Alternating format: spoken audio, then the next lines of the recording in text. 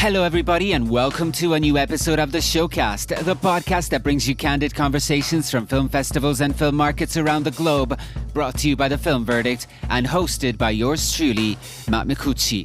And today we have a special treat for all you cinephiles out there. We'll be continuing our Showcast coverage of the 57th Karlovy International Film Festival in the Czech Republic, diving into the world of a true cinematic maverick with Joseph Fahim, the curator of a groundbreaking retrospective on the works of the legendary Japanese filmmaker Yasuzo Masumura. Known for his rebellious spirit and promotion of individualism, Masumura's films challenged societal norms and left an indelible mark on the cinematic landscape. Active since the late 1950s, Masumura was a true powerhouse, creating films that defy simple categorization. His stories, rooted in classic narrative structures, encompass a wide range of emotions, from anger to clarity, from pulp to sophistication. They are broad yet controlled, nihilistic yet moralistic. However, despite his brilliance, Masumura's close affiliation with the studio system led to his marginalization by critics and curators for nearly 6 decades. As we approach the 100th anniversary of Masumura's birth, the Karlovy International Film Festival took the lead in celebrating this extraordinary filmmaker and invited us all to rediscover his remarkable body of work. And who better to guide us through this cinematic journey than Joseph Fahim? So fire up on Audio Teeny and listen to the audio waves as they fly through the air. This is the Showcast. Joseph, welcome to the Showcast, and thank you very much for joining us in this lovely Karlovy day, although I'm told that it's supposed to rain and it hasn't started yet, but I've got my little raincoat, disposable raincoat, and I'm not too much of a man to wear it. So, thank you very much for joining us. Thank you for having me. We are going to be talking about a very fascinating section that you have curated here for this edition of the festival, and it's about a specific filmmaker whose name I will try not to mispronounce, Yasuzo Masumura. Close enough. And it's a filmmaker that I'm, of course, familiar with, but not to the extent that I would like to be familiar with, because everything I've seen of his fascinates me greatly. And I am delighted to be able to chat with him about him with you today. But I want to start off with something that is a little experiment of mine to find out about where people come from and where their interest in cinema originated from. So as far as your cinephilia, what are the origins of it? Everywhere. I don't know. I'm Egyptian, so my main focus in writing is Middle Eastern cinema. This has been my bread and butter for the past 14 years or so. But then, of course, like all of us, we have I started off the first 5 years of 7 years. I was covering everything before my focus shifted more into Middle East, simply because I'm part of the region. Not many writers from the region who write in English. I actually missed doing more writing and also curation stuff that are not related to the Middle East, simply because you don't want to get pigeonholed, but also it's all of this is a big passion of mine. Where am I groomed cinematically? It's everywhere, like everyone else.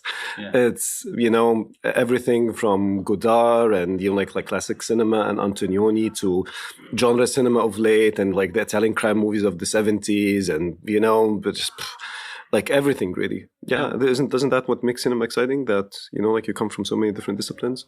I think so. Yeah. But did you have access to these films from an early age? Because that can be a challenge too. For example, I think my cinephilia developed from recording VHS tapes from late night television. I would just program my VHS recorder, and whatever was on, I would have the TV guide, and it was always the best films that they were showing and late at night.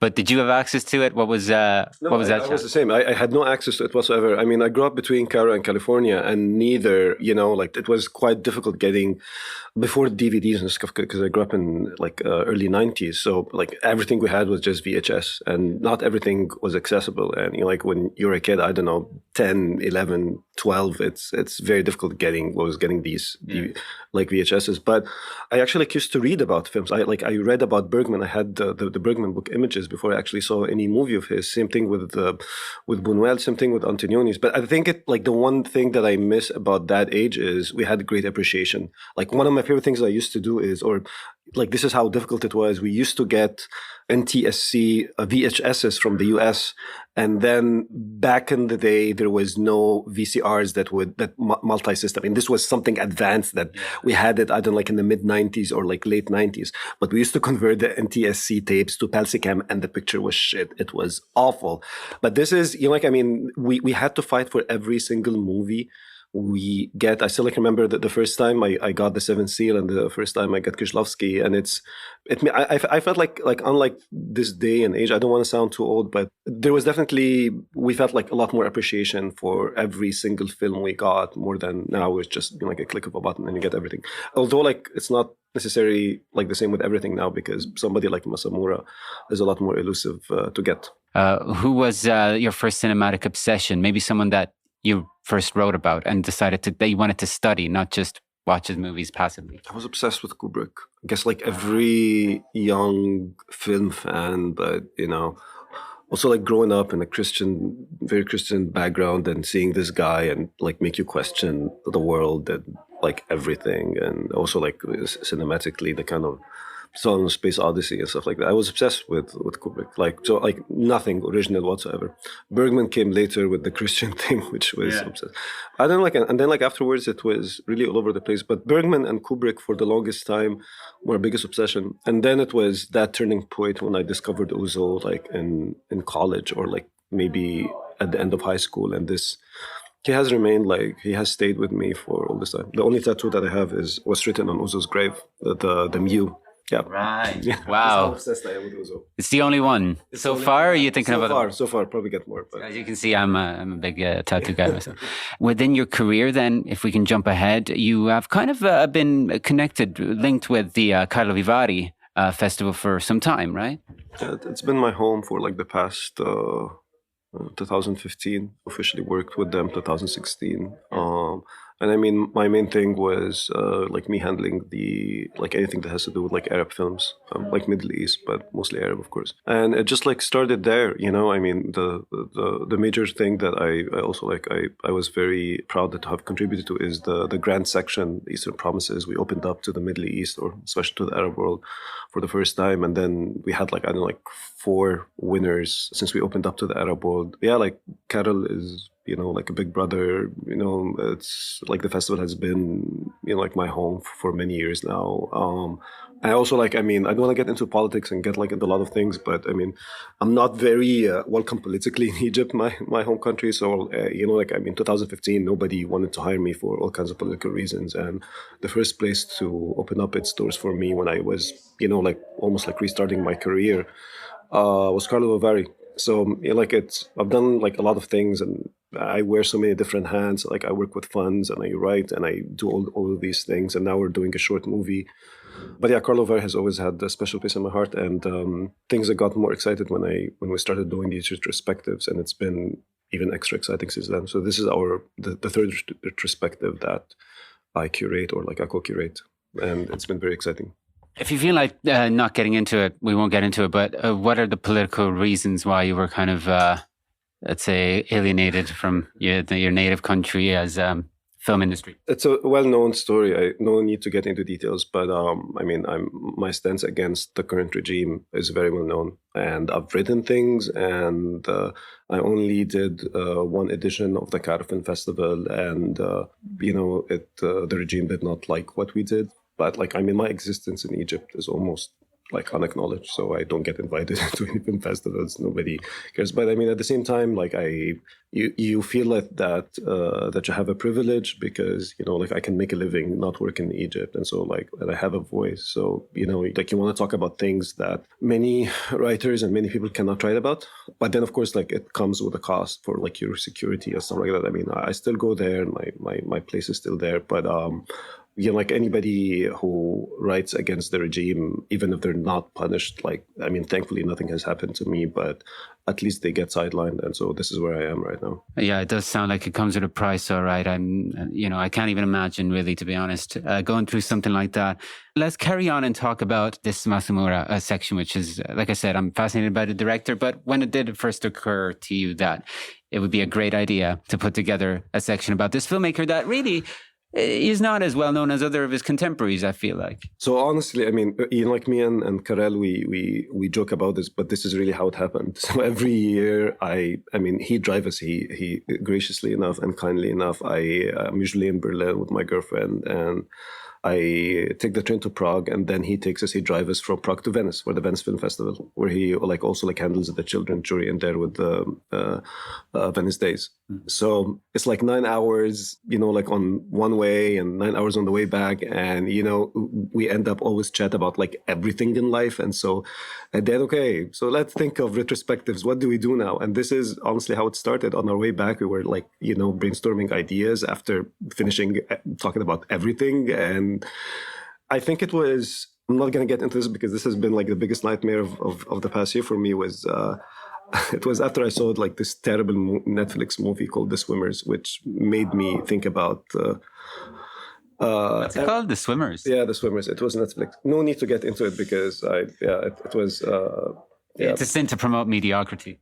Yes, but it's also like it's one of those movies that were about like refugees and stuff, and it was so banal and so stupid and so reductive and like everything really. But there was some people who were embracing it, and it was all about look at just like they were forgiving a lot of things in there simply because like highlighting the refugee crisis. And I'm like, okay, like if you're like an audience member and you're not aware of this, then like fuck this life for real, it's like what the hell.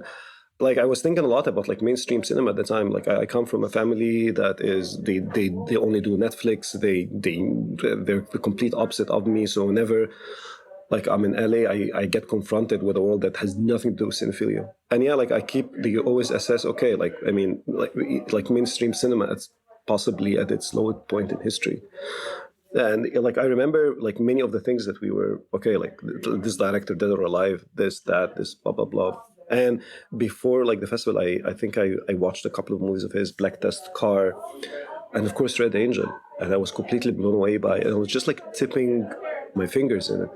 And then we just like thought about him, and we were like, and then we checked like his birth date, and we found out that it's going to be next year. And then we realized that, you know what, probably everybody's going to jump on this thing. And if we're going to do it this year, probably going to be the first. Yeah, you want to be the first. Yeah. So it ended up, happy coincidence. Our Japanese collaborators, they were amazing. Like, I mean, the exciting thing for us is we did that with Shaheen. We did that especially with the Film Foundation retrospective, which is we were always trying to challenge canonization. Okay, like what is considered great director and what does not. Like the thing is about this guy, I mean, for the longest time he was completely dismissed simply because he was working like with one company and tackled so many different genres, and his stuff are definitely not art house. He was dismissed by Oshima. Oshima loved Kisses, but then afterwards he was, like I can't remember which film that he attacked him for. But yeah, I mean, it's almost like he was completely forgotten until like Jonathan Rosenbaum, can't remember which movie of his he saw, and then he went to Japan and he started writing about him. And there was like mini revival that have happened. Like among hardcore cinephiles, I would assume that there is a fair number of people who know him. I mean, you did not know him, and most of the people that I know do not know him. Even with those who know him, they've seen a few number of his. But this is a guy who did like more than 40 movies, and for me, the type of cinema that he has created, like taking mainstream films and studio films and trying to infuse a lot of politics while at the same time trying to create something entertaining, for me is comparable to Samuel Fuller or Nicholas Ray or even Hitchcock in that sense. And so we were like, okay, like why is this guy just not considered great? And so we always try to challenge this idea of why such like filmmaker considered great and why somebody is not, and so on and so forth. Well, reading a couple of lines from the section that was curated, the word that stood out to me was his depiction of individualism. Yes. And I wanted to get into that a little bit because I think that's an interesting concept that I think maybe encapsulates his idea of cinema. I mean, this is also like one of the most fascinating thing for me about him is I do not necessarily agree with some of his politics. Like, for example, what would be? Like this indeed sense of individualism. I mean, it's very Nietzschean in that respect, where like individualism trumps over that it is like the virtue, like to this is like the greatest virtue to pursue in face of like a collective mentality and stuff like that. It's something I personally do not necessarily believe in that respect. But what he was doing at the time, it was almost like as a tool against the oppression or the collective oppression of society that was still carried over from like the pre-World War world of Japan. Mm-hmm. I mean, he was not as militant as Oshima or Imamura or these guys. He was not as cool as Suzuki.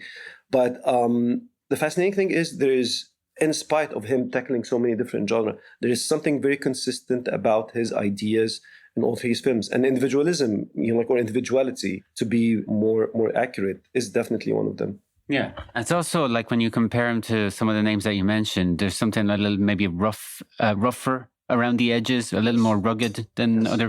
Yes. And he was not. I mean, like his pictures they're wild, but like they're also quite polished at the same time. I mean, there's also we're still like discovering this guy, and there's very few writing on him. He did a famous interview on Cahiers de Cinema that has been translated in English, that has been used as a reference. I think it was released in the late 60s or 70s or early 70s. And then he, at the beginning of his career, I think around Giants and Toys or maybe a little after, he wrote something along like a manifesto of his about like how he sees cinema and stuff like that.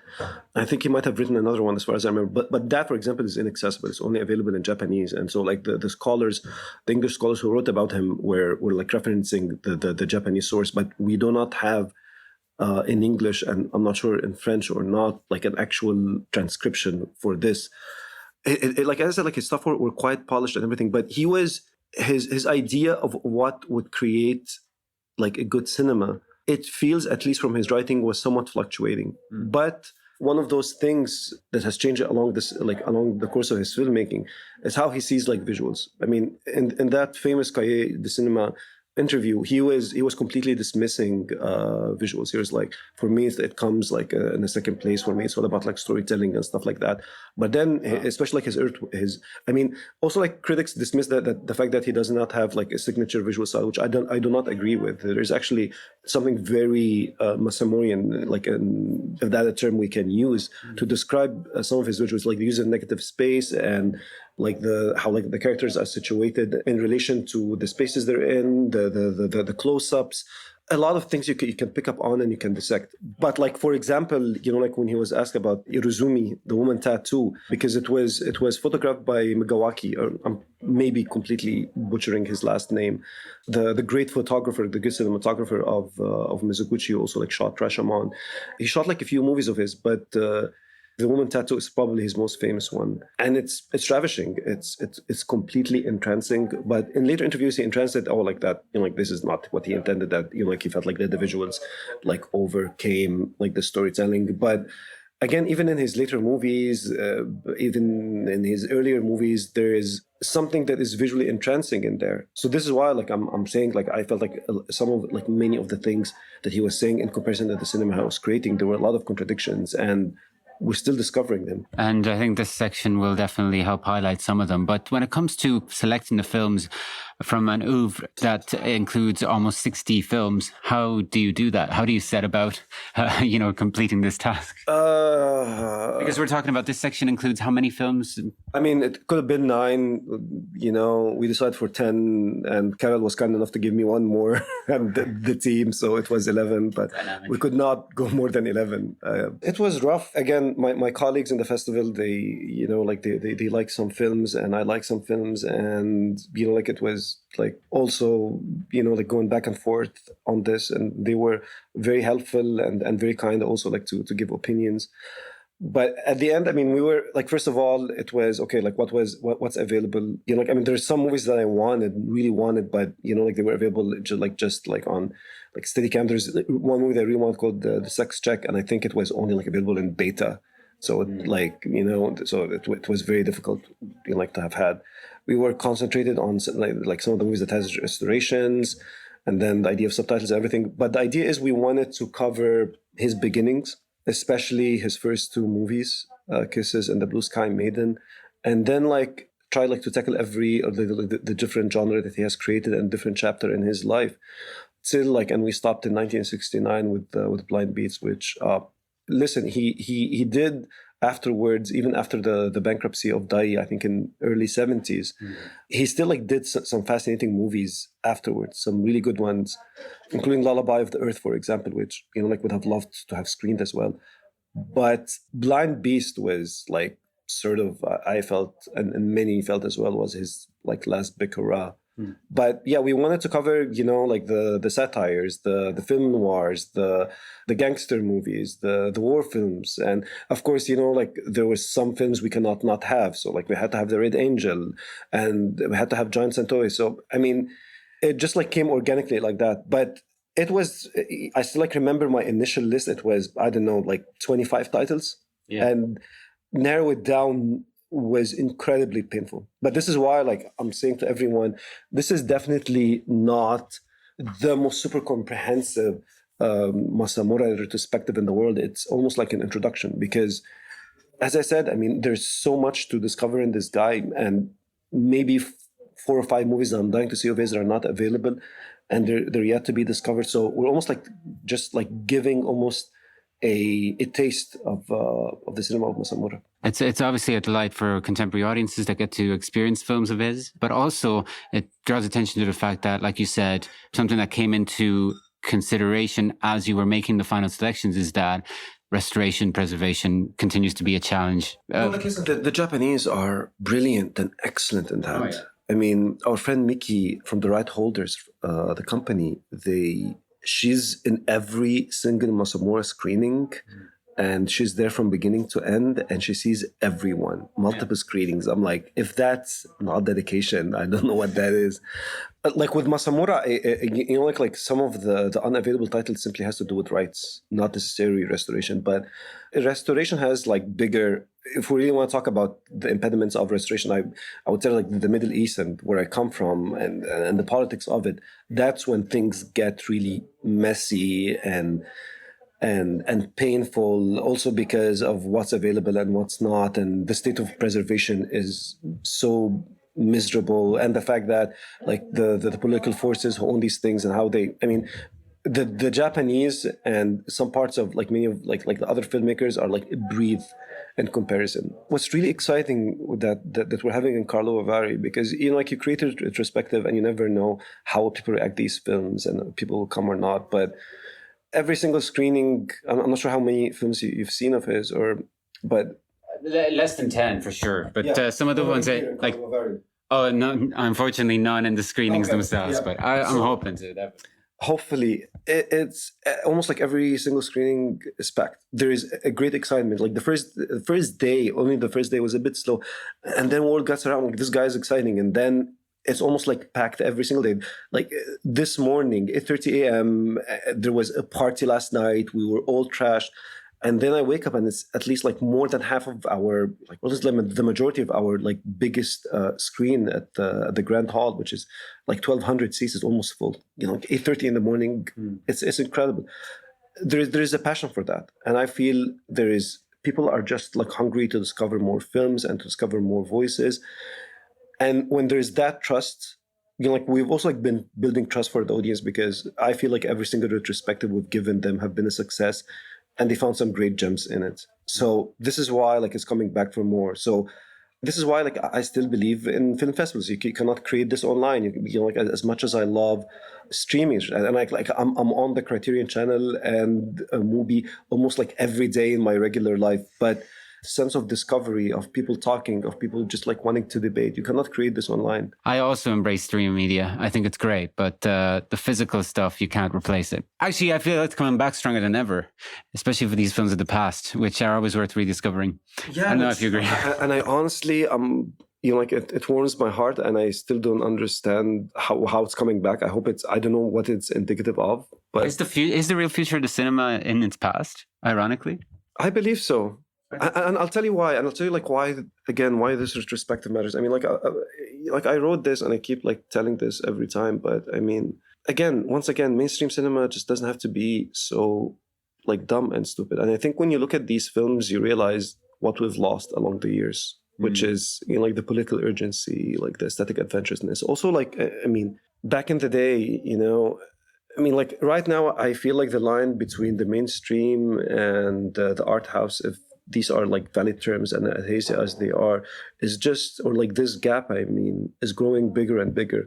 And I don't feel that was the case in like Japan in the 70s or like the 60s or like many of the cinemas at the time. I mean, it's also, yeah, I mean, like Nicholas Ray and Samuel Fuller. I mean, do we have an equivalent of these guys in today's cinema? And I'm not sure.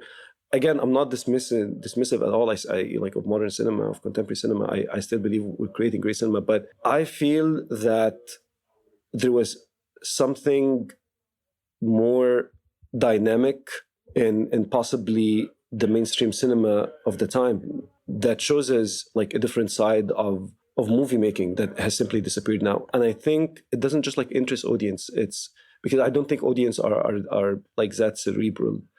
I think it catches them by surprise, and how they react to these films is very surprising to them.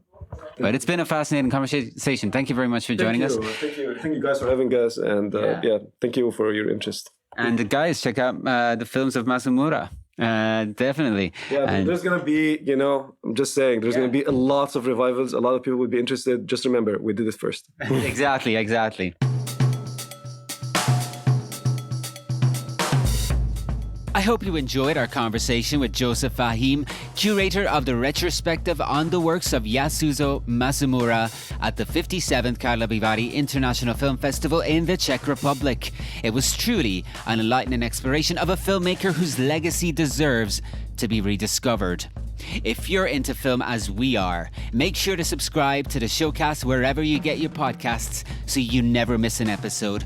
We have many more exciting conversations and interviews lined up, bringing you the behind-the-scenes stories from film festivals and markets around the world. Till the next time, and this is Matt Micucci signing off. See you soon.